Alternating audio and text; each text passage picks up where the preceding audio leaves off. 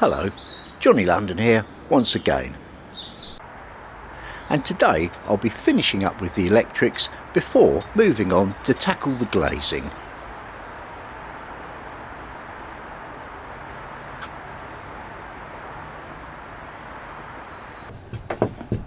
I have of course come up with a workaround for the slightly short cable which involves a junction box. Something I would have needed anyway.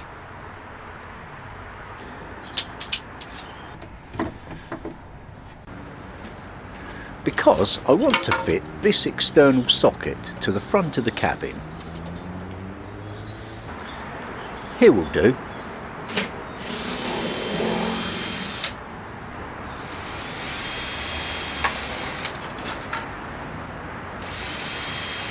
So I drill through for the 4 mounting holes,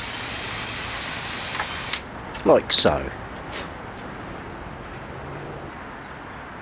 and pop it into place.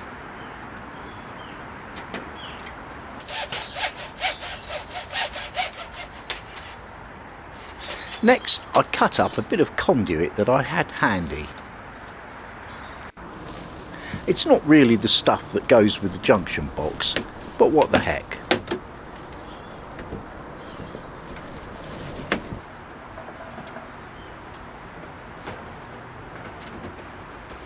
It's a bit of a fiddle getting it all around the structure, but I manage in the end.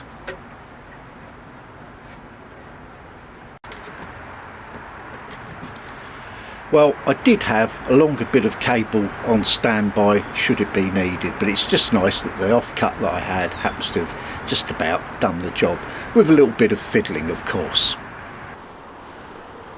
But for a simple wiring job, it's amazing the amount of stuff that you end up bringing out. All that's got to be put away. Best not look too closely. Well, I'm not going to try and convince you that's perfect, because it's far from it, but you know, it's for my own use, so there you go. As long as I don't let my friend James see that when he comes round, I should be alright, but by then I'll have corked it all up and painted it all brown, so he'll never notice. Well, unless he watches this. It's a chilly day for doing something like this, so you'll have to excuse my shaky hands.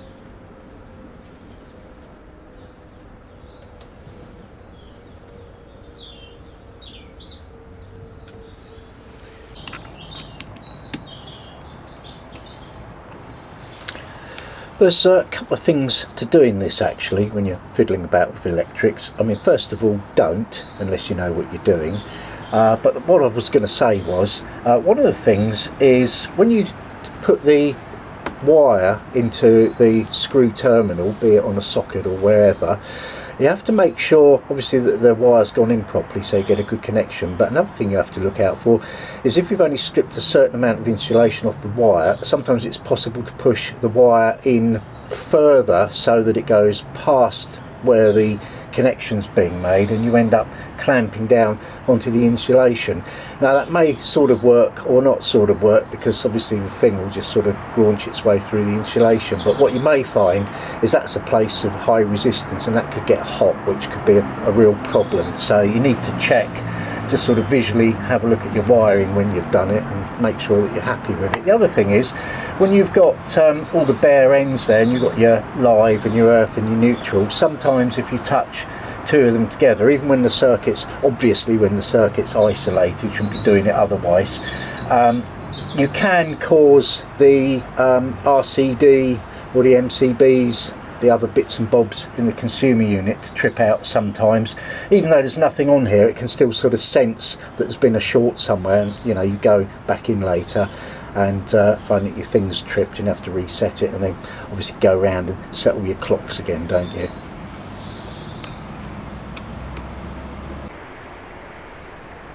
I work away, managing to get everything connected up before dark.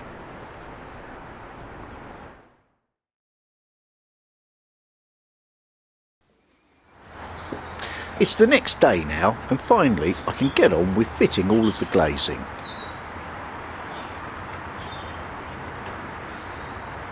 It's the most important step to making sure that the cabin is finally watertight.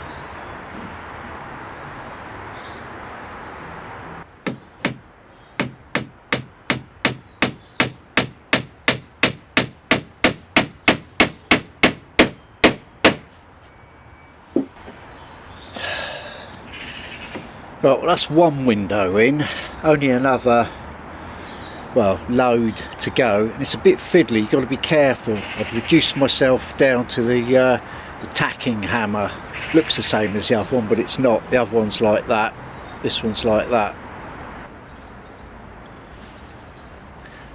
This does look like a slightly dangerous way of cutting the perspex, admittedly, but it's only a thin strip that I'm after removing, just for where I've re-engineered the cabin. Perspex is quite prone to cracking, and I think in this instance the knife was better than a saw. It took a few goes, but worked cleanly enough. There we are. Well, apparently we've got a mega storm coming in later, so this afternoon's task is just get the rest of those glazings in so that the wind can't get under and do its thing. So going to crack on with that, but before I do, I'm just going to have a little bit of a tidy up.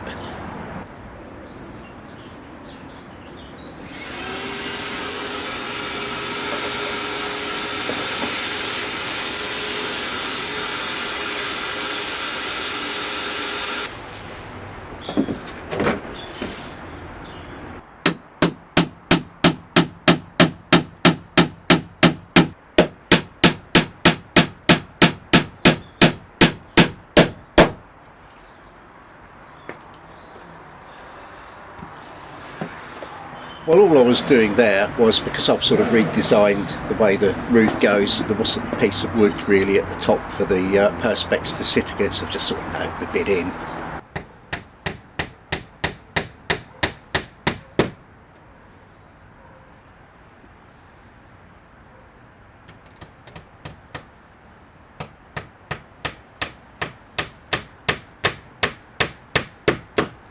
I'm going carefully because, of course, I don't want to whack the perspex.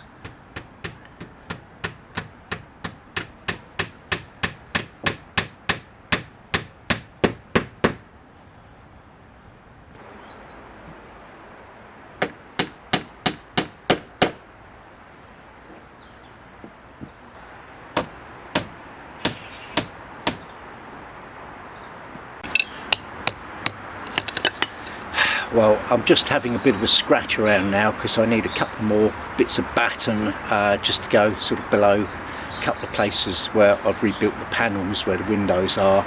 So there's not much wood left. I've been burning it actually. So I found this. I think I just about get away with it.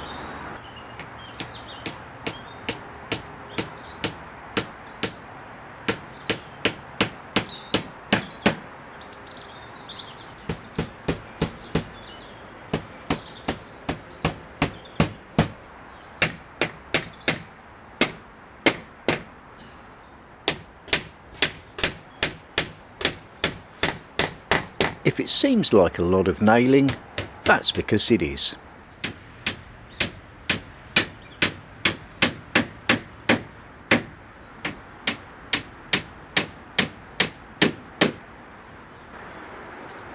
"12 sheets of perspex with 12 nails each equals somewhere around 150 nails.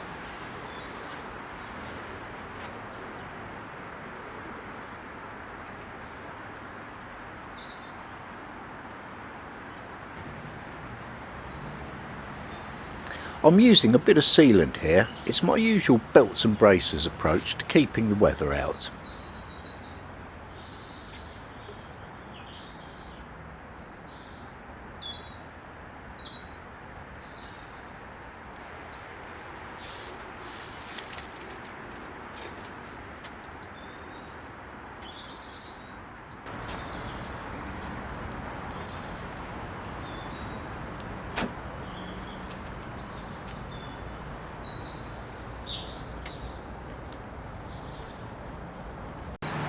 It's actually a different type of beading for those ones there. It's like proper beading.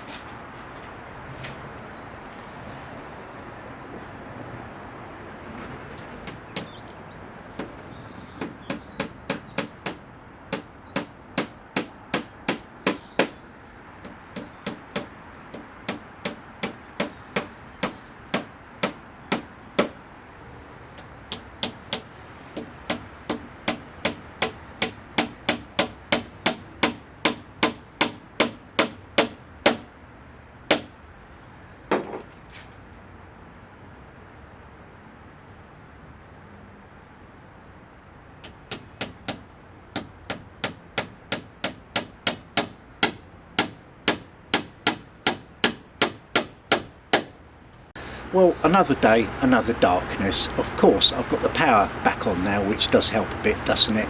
But I've managed to get all the glazings all in with the beading and everything. So it is really pretty much as stormproof as it's going to get. I've still got a bit of sort of caulking and sealing up and a few little bits of tickling around to do another afternoon. But I think after that, I'll probably close the project down for the winter and resume in the spring. There's still a lot to do, but we might get a few nice days in between then. So I'll just have to see how things go. See you next time.